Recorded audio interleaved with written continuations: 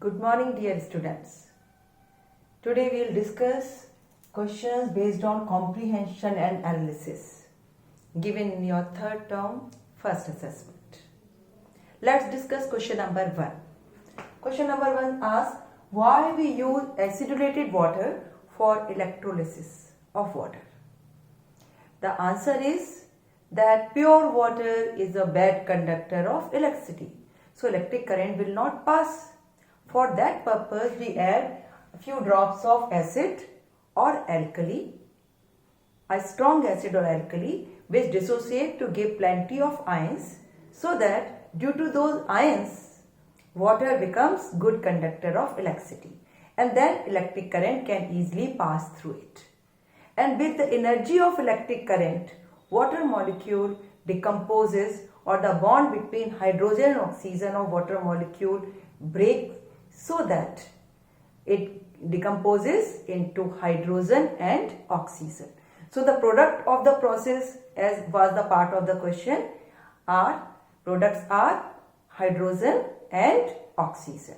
And why do we use acidulated water? Because pure water is bad conductor, but acid provides ion for making it good conductor of electricity. Let's come to second question. Chemical bond and chemical reaction, how are they related to each other?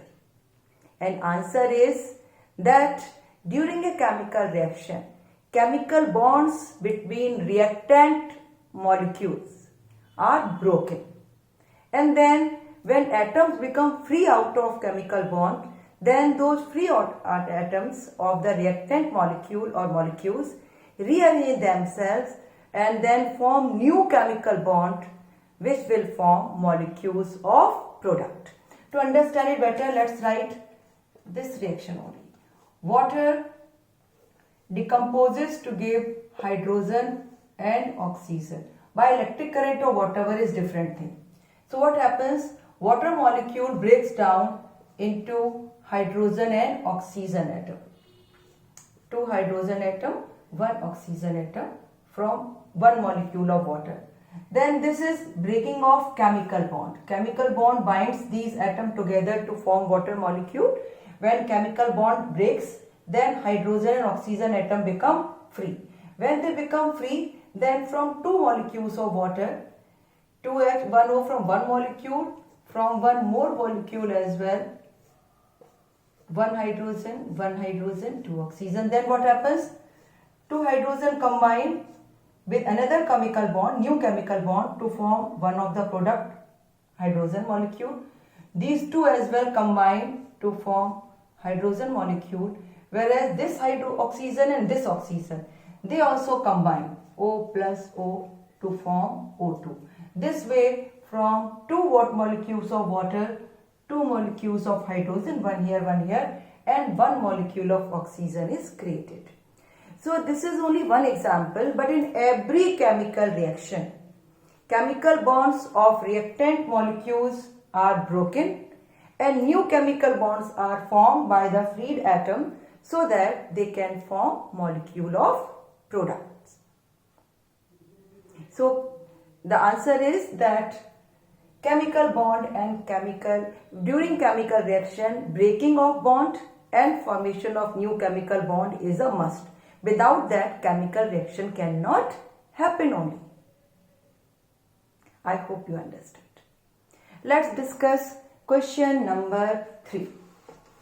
Question number 3 is about comparison or differentiate between catalyst and promoter. So the difference is that catalyst is a substance which it itself does not take part in a chemical reaction, but in its presence, rate of chemical reaction changes. If it is a positive catalyst, then rate of reaction increases. If it is a negative catalyst, then rate of reaction decreases. Whereas promoter is a substance which increases the efficiency or working capacity of a catalyst, but it itself does not react as a catalyst. Take example, we can take example of the same reaction both the side if we wish. Otherwise, you can take Different example as well. Nitrogen and hydrogen combine in presence of iron, then the reaction takes place easily and quickly. Iron in this reaction acts as a catalyst. But if in the same reaction, this is imbalance reaction, you can write.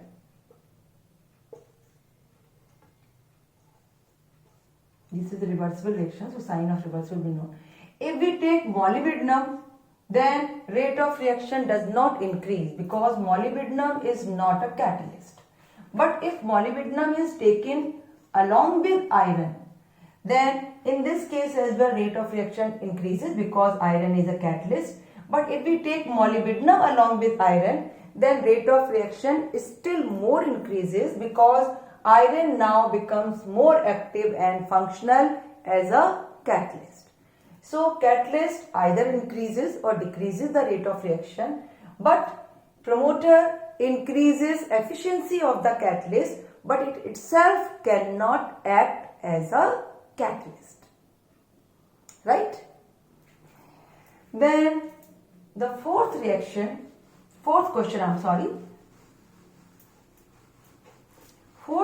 says that what is the need of energy for conduction of a reaction?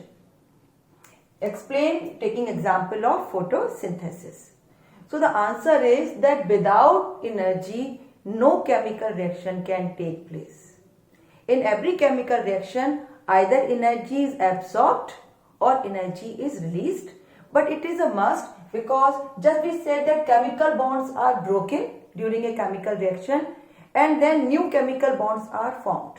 So for breaking of chemical bond, energy is absorbed, and during formation of new chemical bond, energy is released.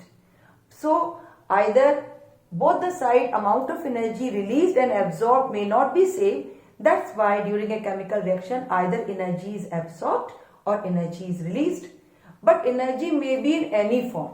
In most of the chemical reaction, energy needed is in the form of heat. But in some chemical reaction, it may be other form like light energy, like electrical energy.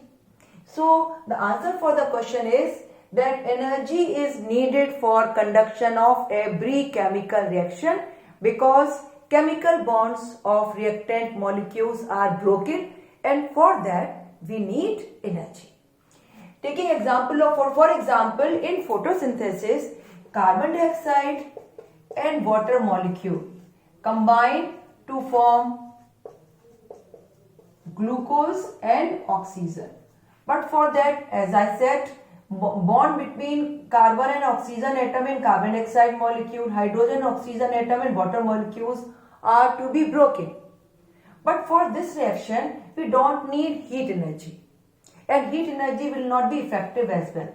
But when sunlight energy is used, that is light energy, then these bonds are broken. Then in presence of chlorophyll and light both, these bonds will get broken, and then those atoms of carbon, oxygen and hydrogen which will become free, they will form new bond by recombining to form glucose and oxygen molecule. So answer for this question is that energy is a must for conduction of every chemical reaction. During every chemical reaction, as a result of reaction, either energy is absorbed or released. Energy may be in different form, like in case of photosynthesis, we need sunlight energy, and its absence, reaction will not take place. It means light energy is a must for conduction of photosynthesis. In the same way, for different chemical reactions, different form of energy, though mostly it is heat energy, is needed for conduction of chemical reaction. There was another part of question as well, that which energy is used in the process. So we have already discussed that light energy is a must and it is needed for conduction of photosynthesis. That's why in the night, though everything is there, plant, carbon dioxide, water, chlorophyll, but as sunlight is not there, so in the night photosynthesis does not happen. Whereas in the daytime photosynthesis happens because there is energy needed for photosynthesis, that is light. Clear? I hope so. Let's come to next question. That was for correction of wrong statement. First one was that iron acts as a negative catalyst for the process of formation of ammonia. We have already discussed that iron in this case acts as positive catalyst. So what change was to be done? That negative is to be changed to positive for correction of the statement. Iron acts as positive catalyst during formation of ammonia. Then there was second statement, and that was about that potassium chlorate when heated, then it provides nitrogen gas, which is absolutely wrong. It does not provide nitrogen gas. It provides oxygen gas. You did not need to write the reaction. I am writing this reaction only for explaining that oxygen is produced during this reaction of heating of potassium chlorate. So answer was to change nitrogen to oxygen. Potassium chlorate on heating produces oxygen gas, not nitrogen gas.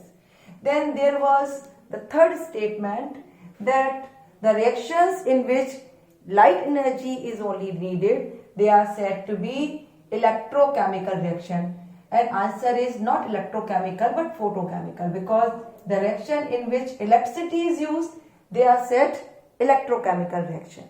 And reactions during which light energy only can be used, they are said to be, so electrochemical was to be changed to photochemical reaction.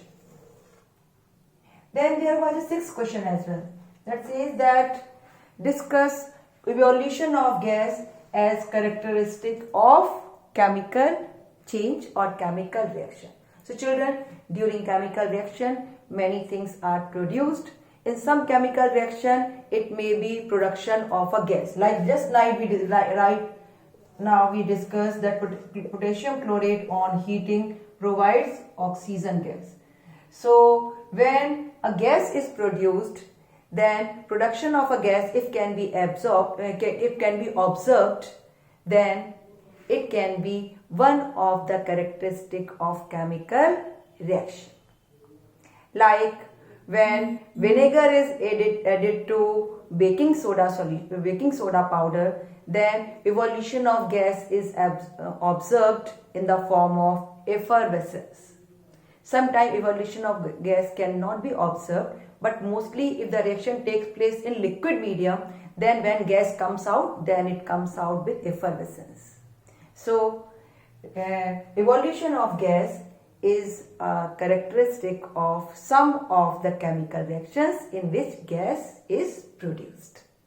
That's all about the third term first test questions based on comprehension and analysis. In the next video, I'll discuss questions based on application skill. That's all.